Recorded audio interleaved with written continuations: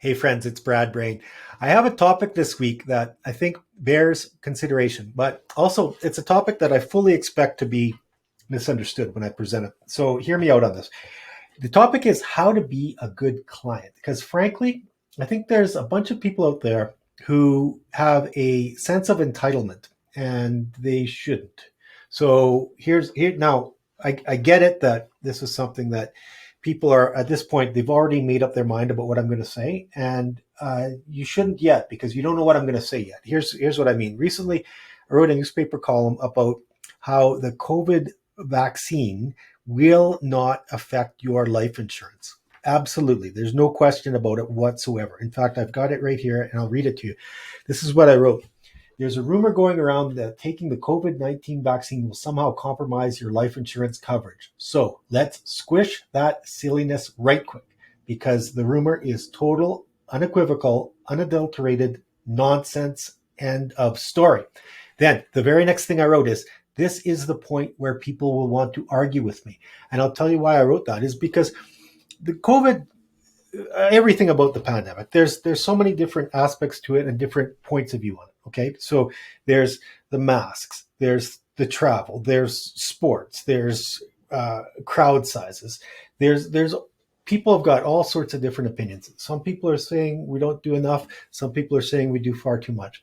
So here's the thing.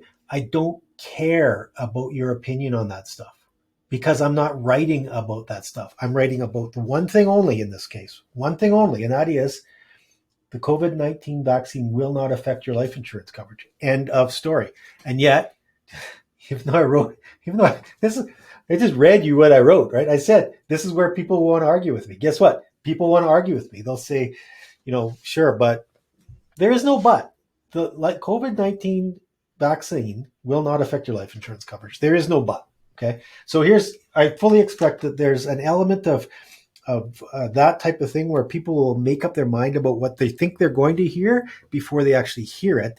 And will say, yeah, but, the client's always right. Well, actually the client always isn't always right. Here's an example. I remember this. This is like 20 years old, but I still remember this one person. He would just refuse to give me his social insurance number to open an investment account. He thought that I didn't need it. That's exactly why we have social insurance numbers.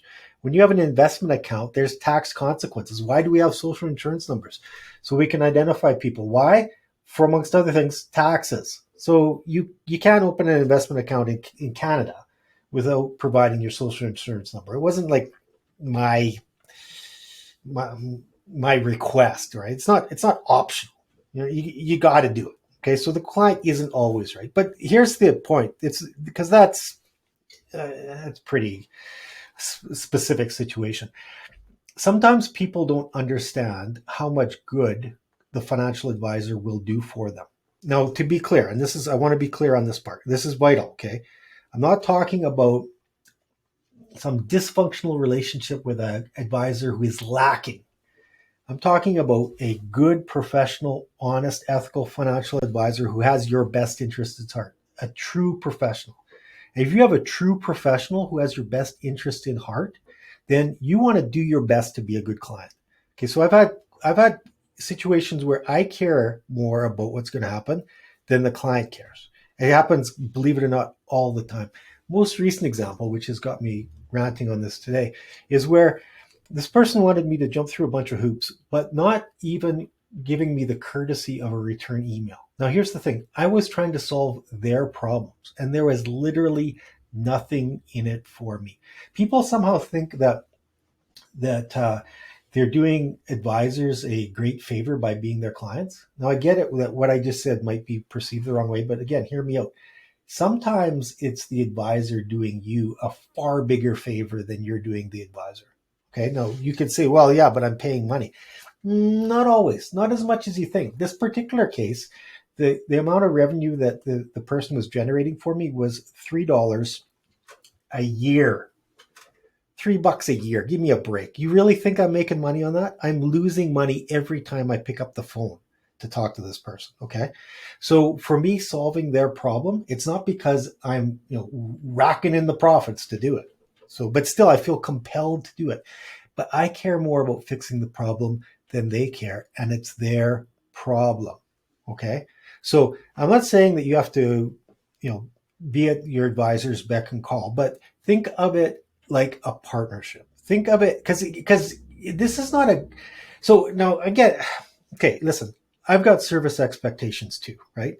And there'll be lots of times where I'll be disappointed with something, the service or quality of the product or what have you, and I'll be inclined to go and go to the competitor, right? If you don't like store A, you go to store B. But this isn't a commodity we're talking about here, right? This is not a replaceable good that if you don't like the way that you're getting treated at company A, you just go to company B. This is professional financial advice from people who know your situation, know what's important to you, and know how to help you out. And you can't just interchange that.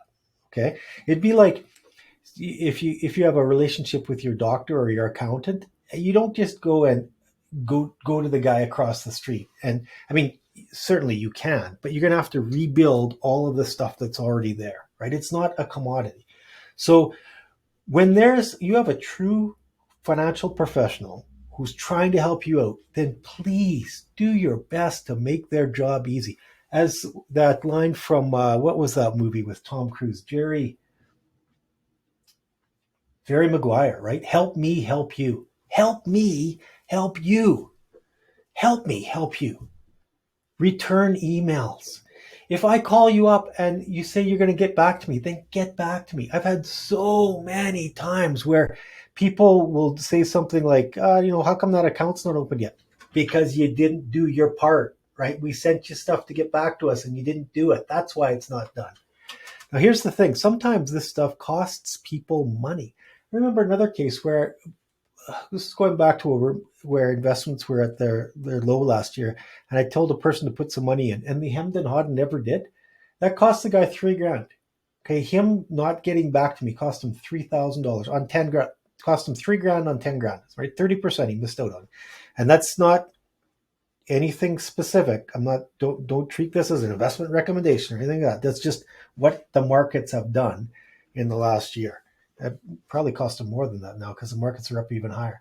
So be a good client. Treat it like a partnership. Be respectful. Okay. You treat it, it's almost like a marriage in the sense of you have expectations from your partner, but there's also expectations from you too. So do your part. Be a good client.